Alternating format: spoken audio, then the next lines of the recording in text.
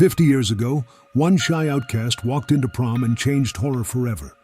From telekinetic terror to one of the most shocking endings in cinema history, tonight we're diving into why Carrie still burns its way into pop culture half a century later. I think this was another one that I saw growing up, and we all know Stephen King, absolutely brilliant writer. A lot of films, there's been a lot of Stephen King films reimagined by the books. Now, Rachel, you're probably going to tell me that you've read this book, aren't you? Right, as everybody's probably realised by now, I read a lot of books. I think I went literally from Roald Dahl to Stephen King. Just in one move, like that, yeah. In one movie, it's like Fantastic. I put down Charlie and the Chocolate Factory and I picked up, Carrie or whatever, So you've read the book? Yes, I have. And how would you compare the original Carrie movie to the novel? Right, yes. Obviously, they have to take the best bits out of the novel, don't they, and expedite it as well, make it a bit, shorter and stuff. The remake, the relationship between Carrie and her mum, Julianne Moore, is more what it is in the book rather than the first one. But the first mother, she's absolutely off her tree, isn't she? She did a nut job. She was brilliant. She was very she was very frightening. And do you know what? She had very hair frightening. that you just have to show a match to, not even lit, and it'd set on fire. It would dead dry, wouldn't it? Like, yeah, I mean, I could have worked wonders for her. If she had come in a salon, it's like, yeah, you need at least 20 inches off that, because she has 20 some inches. split ends on that, didn't she? How much is 20 inches about that? About what? Yes. A man's inches is always more than a lady's. Just, Yeah, but oh god, it was, wasn't it? It was just. Right, did they actually backcomb that, or is that the poor woman's natural hair? Bloody hell. I don't think I've ever seen that lady actress in anything No, else I don't know. and she had a massive bush. I mean, of her. Daniel, talk about the film with you. Yeah. The idea of Piper came from Marcia Nassiter, who was an executive at United Artists at the time. And I'd always been an admirer of Piper Laurie. And I thought, this is an interesting idea. I'd done The Hustler, and I retired for 15 years until I was asked to do Carrie.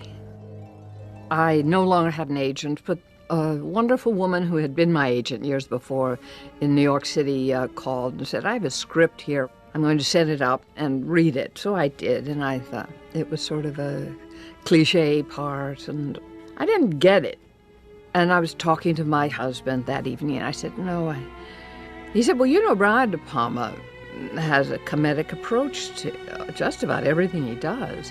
And I thought, oh, that's the secret. I didn't read it properly. So I reread it, and I thought, oh, this is a satire.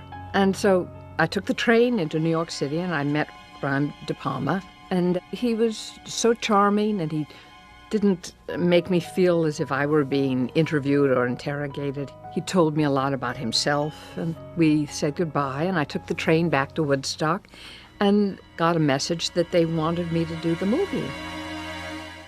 Carrie, in the first one, she was really eerie, weren't she? Gaunt. And once she realised she had these powers, it kind of gave her a bit more confidence to be a bit more assertive.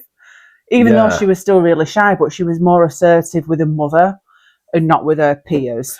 I think I was trying to think of the word there, and I think it's more reserved. She was like a reserved sort of She was really character. vulnerable, weren't she? Vulnerable. Yeah. She didn't know anything about the real world. No. Obviously. She didn't know about boys, anything like that, because she's not got that relationship with her mother. She can't speak to her mother about anything, problems growing up. It is a film about growing up, Adolescence, things like that. It is. Yeah. And do you know what this film is, right? This film is when your daughter turns 13, right? That is what's going to happen. Except for my daughter, who's 13, hasn't got telekinesis, so she can't look at things and move them and tidy them up. You know? Yeah, and it'd be a massive bonus. It's a lot different, especially being a father of a daughter. Yeah. And you know, when they're growing up and they're going through that teenage stage of life, and it's difficult as it is. But I think as a female, you know, things are completely different to a male. I mean, I remember just growing up and being a rage of hormones. But yeah. we don't need to go into that. No, I won't. But it is, I'm sure that Stephen King just, you know, so I don't know if he's got a daughter or whatever, I don't know much about his private life. That is exactly what I was wondering then. Yeah, and it's like, did he just look at his daughter and think, oh my gosh, she's gone absolutely mad?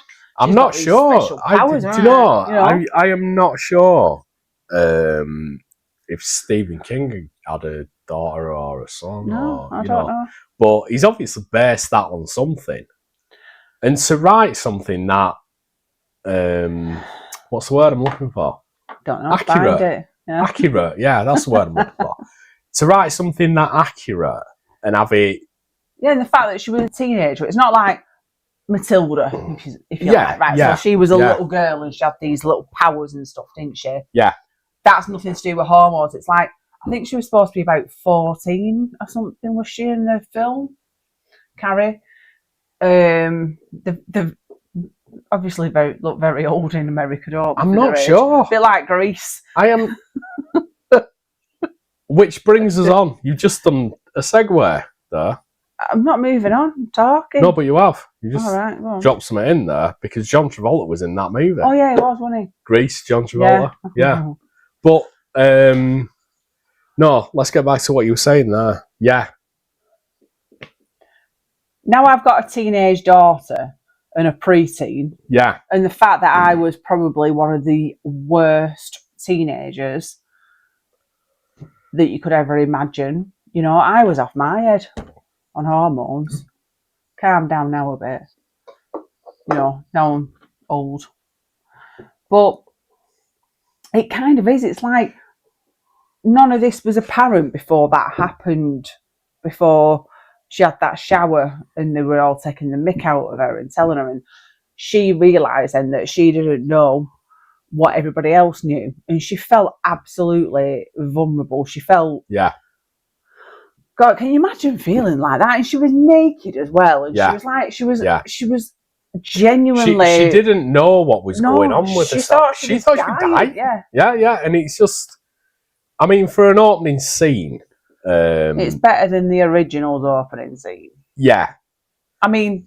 We won't go into that yet. No, sorry. Yeah. But what, than the Remakes opening scene. What I'm saying is, you've obviously read that novel. Does that happen in the novel at the beginning? Like, is that the first sort of... I don't know. I can't remember. I mean, I don't know. Right. I was probably about 10 when I read that. The director who directed Carrie, Brian De Palma, you'll know him from Scarface. He did an absolutely amazing 80s film called Scarface with Al Pacino. Brilliant film. Another one of my absolute favourites. He's visually artistic with his directing. Yeah. You know, and he sets that mood and that atmosphere and you know, like you say, when you see that opening scene, it's all in slow motion. Yeah, and you've got the nice fluffy music. Yeah, and it's all that mellow piano music, and then all of a sudden there's that dread of there's just blood running down her leg, and it's just like she's not got a clue what's going on, and like you say, she thinks she's dying. Yeah, I know, and her mum's not very helpful either, is she? I mean, So she's got all these girls laughing at her. You can imagine, right? She's naked in the shower. But she actually, instead of kind of hiding it and thinking, oh my God, what's wrong with me? And whatever. Yeah. And going to an adult, a proper adult for advice. She's embarrassed. She goes to her friends because she wants some help. She doesn't know what's going on. No. And then she realises that they're all taking the mick out of her. Yeah. And then she goes to the principal's office and he keeps calling her Cassie, doesn't he? Yeah, he gets the name completely wrong. Cassie, and she's getting even more annoyed. But from that point, I mean, obviously she's embarrassed and she's feeling really vulnerable. Yeah. And this telekinesis comes out then, doesn't it? Because it's like she's feeling extra vulnerable. She was naked, she was in the shower. She's having mixed out of her. I think it's an ashtray or something like that. Yeah, it is. Flips over. And like, she's obviously annoyed inside. Yeah. But she can't get that anger out of herself. Yeah. So this is where this rage comes from. Yeah. And it flips the ashtray over. Yeah. I don't even think she knows she's got these supernatural powers until that moment. No.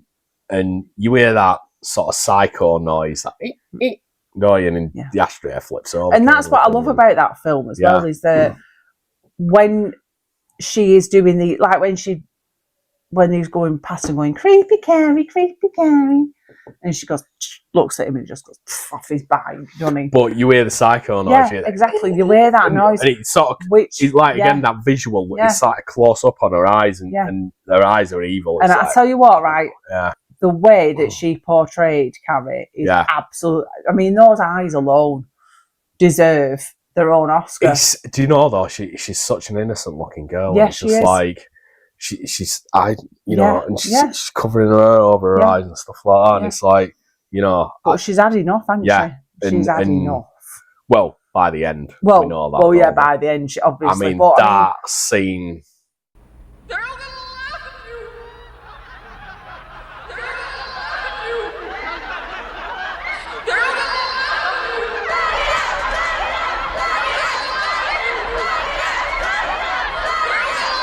you. We're all sorry, Cassie.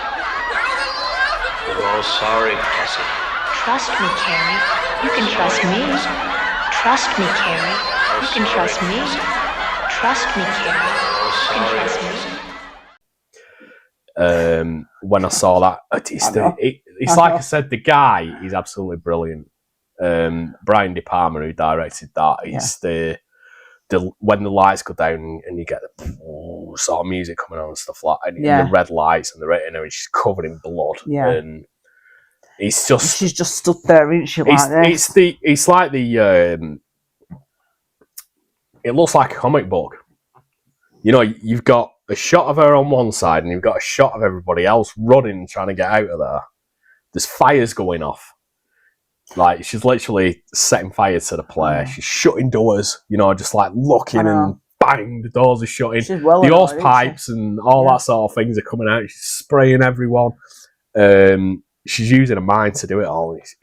It's just one look and one look that way. And do you know what? It's an absolutely fantastic film. The original Carrie and the jump scare at the end is just absolutely brilliant. I cannot fault that film. It's in my collection. I've got it. It's there. You know, I paid for it. It's like, as soon as that came out on Blu-ray, we're like, yeah, I'm having that. Brian was meeting with everyone, and he would meet us in big groups, and he'd have one person read Carrie, and then, you know, he'd mix it all up. So I was feeling a little weird because I was only testing for one.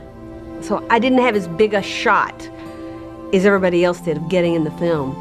So I got this commercial, and it just happened to be on the same day as the test, and I thought, oh, I'll call Brian and see what I can do. I said, Sissy, I think you should take the commercial because I got my eye on this girl. I think she's going to be something. I think I said some expletive and hung up the phone. It just made me so mad.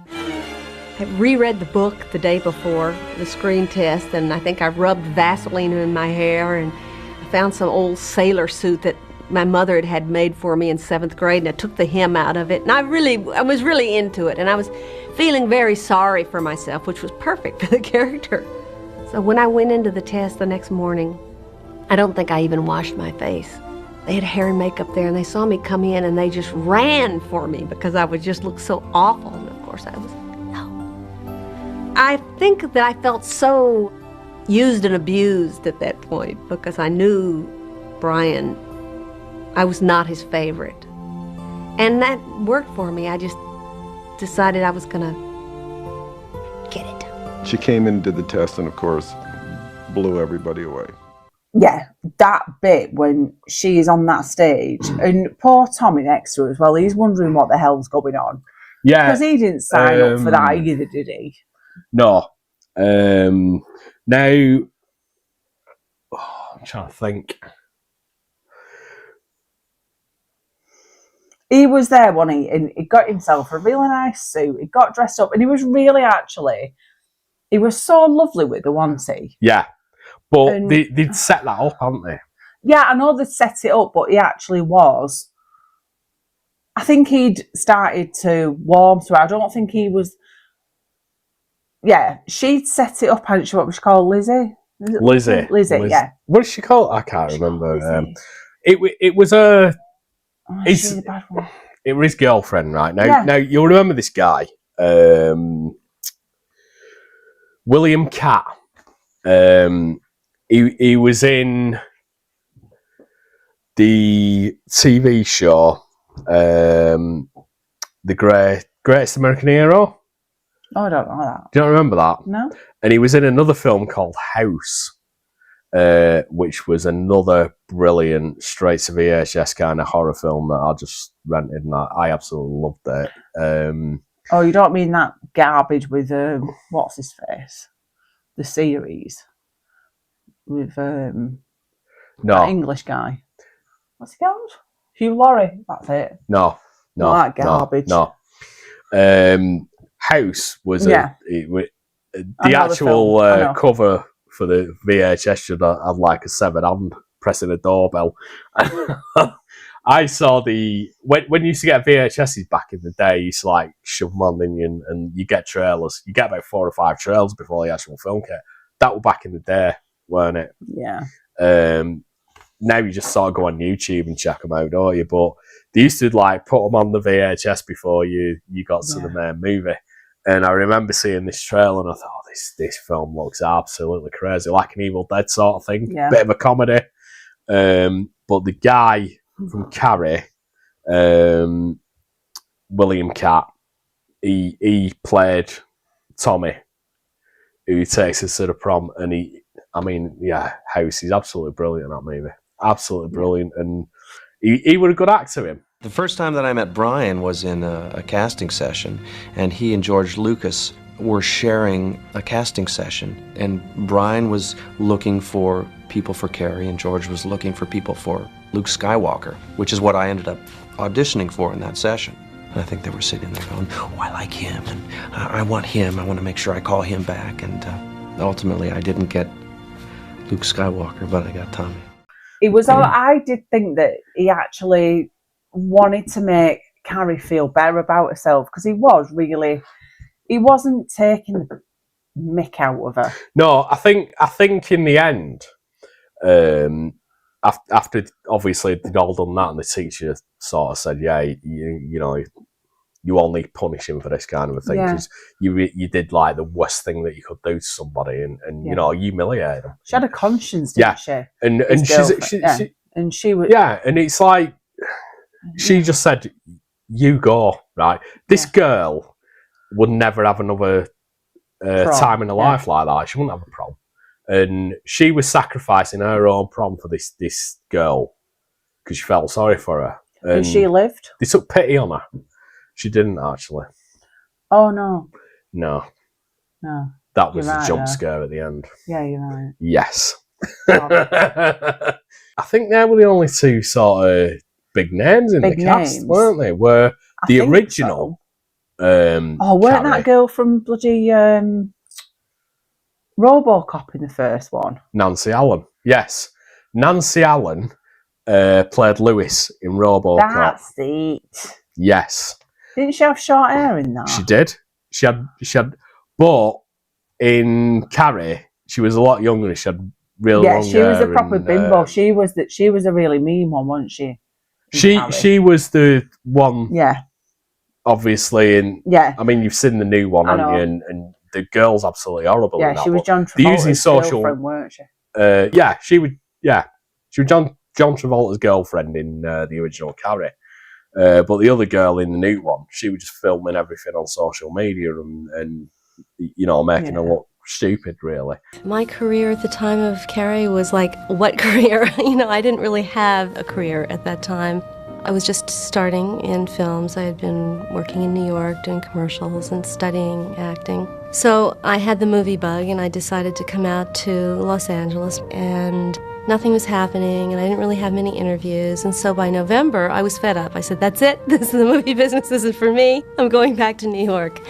And I was coming out of the steam room at the gym, and I heard this woman's voice, Nancy? Is that Nancy? And I turned around, and it was the casting director. She said, oh, I'm casting this movie, and I can't believe I haven't seen you. I've been casting for 3 months.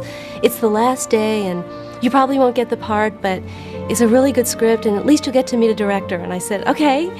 So I went and picked up the script and read the script, and I was the last person, the last day, to read for Carrie. And also in that film, we have spoke about another film in our countdown, Halloween, and PJ Souls, who was in Halloween. Do you remember PJ Souls? She played Linda. Oh, right, yeah. Yeah? Yeah. She's in Carrie. Oh, I didn't remember. She's also in The Devil's Rejects as well. Oh, is she the old bird? She's the one who's in the bedroom and her boyfriend goes down to get her a beer. And he gets stabbed by Michael Myers in the kitchen. That's a bit like Terminator, isn't it? He literally gets pinned to the wall. Yeah. Terminator we're after. Don't compare it. All right. Yeah. 1978, love. Hey. Yeah. What, that finger? Yeah. That tone of voice with Yeah. that finger? All right. So, Michael Myers stabs him Yeah. to the wall of the fridge or whatever's behind him. Yeah. He does, And he doesn't goes up The with a fridge, innit? sheet over him, doesn't he? Yeah. And PJ Souls is the girl that's in the bedroom, and she goes, "See anything you like?" Oh, you did that too well, Dad. I know that scene well, yeah. Yeah, only, a lot of that nipplage is cut out. Oh, shouldn't have said that. But, yeah, that's the girl that's in Carrie. Right, you're not watching these films again. Too rude. Yeah. I came out to LA, and it was just a magical thing that one of the first auditions I went on was this dual audition that George Lucas and Brian De Palma had. I just remember right away Brian looking at me, and I could just sort of tell that he liked me. And then George Lucas was just kind of stern-faced, and Brian turned to him and said, I'll put this one on my list. Out of the two, which one do you think was better than the other one? The original. The original, you go in with that. Because in the original, they had to use proper acting, decent music to get that atmosphere. Whereas in the remake, they used a lot of car flipping and fire. Right, I was just gonna. Do you know what? We're just gonna get to that now. The scene in the original, she just sort of flips a car over, doesn't she? Yeah. The remake, yeah. Oh, it's just No. It's everywhere. No. No. She's moulding it with her hands. Yeah. And she's literally lifting it up and crushing it. Yeah. And right out of the whole film. I know, that's the best. I think that is a really good scene, and I thought if they could just sort of clip that into the original and do that sort of effect, it would have been great. I really, really enjoyed that scene and thought these two people are absolutely terrified in this car. Yeah. She's literally got all of that with her hands, but not, and she's controlling it and crushing it. Yeah, it's good. It was brilliant. It was such a good scene. It is brilliant. It was a good scene. Yeah. It is. I'm not dissing the remake at all. I do enjoy the remake, but what I mean is, I do prefer the original, but I did enjoy that scene. Yeah. That's all I'm saying. there were part of it that I liked. You were allowed to. There were parts of it that I liked, but like you say, we've got that technology now. We could do things like that. Yeah. Where back in the day, you've got to appreciate It was for hard what work it was. back in the day. It was hard Yeah. work. Yeah. And that's what it was. It was like, you know, you have proper acting. Yeah. They had to really think about how they were going to make that scene seem scary, didn't they? You know, with suggestion and like atmospheric music and stuff. To be honest, I don't think it's a frightening film. I think it's more. It's not frightening. It's more like a drama as well, isn't it? It's not like it's not supposed to be presented as a horror film, is it? But well, you know, did you know that Amazon Prime are Yeah. making a blooming TV series? Not TV series. Sound like proper 1980s now, don't I? they have made. Series. They've made one that was a TV series a while ago. Never seen it, and they did make a sequel to Carrie called Carrie 2: The Rage. Never seen that. Yeah, Never no, seen it. I don't think I have. I've I remember it, but I've seen the original Carrie, and I've seen obviously the remake that we're talking about. I've never seen any of the others. I don't know. I don't know if we should give them a watch at some point. They might be all right. now I'm all up for like TV series Yeah. of things, because if they do it right and they kind of jump into the story rather than, you know, going a whole first season of it just being rubbish. Yeah. You know, like a lot of them do, they just like drag it out, don't they? And it's Yeah. like, it gets to the end of season 1 and it's like, oh, nothing's happened. Yeah. If they made that, and all the bits that are in between the film that they've obviously had to cut out, well, not cut out, but cut out of the script, Yeah. all the other little bits and bobs that go on, then it would be a good series. But if they just did it like a nonsensical kind of a thing just to drag it out, then it's going to be rubbish. Yeah.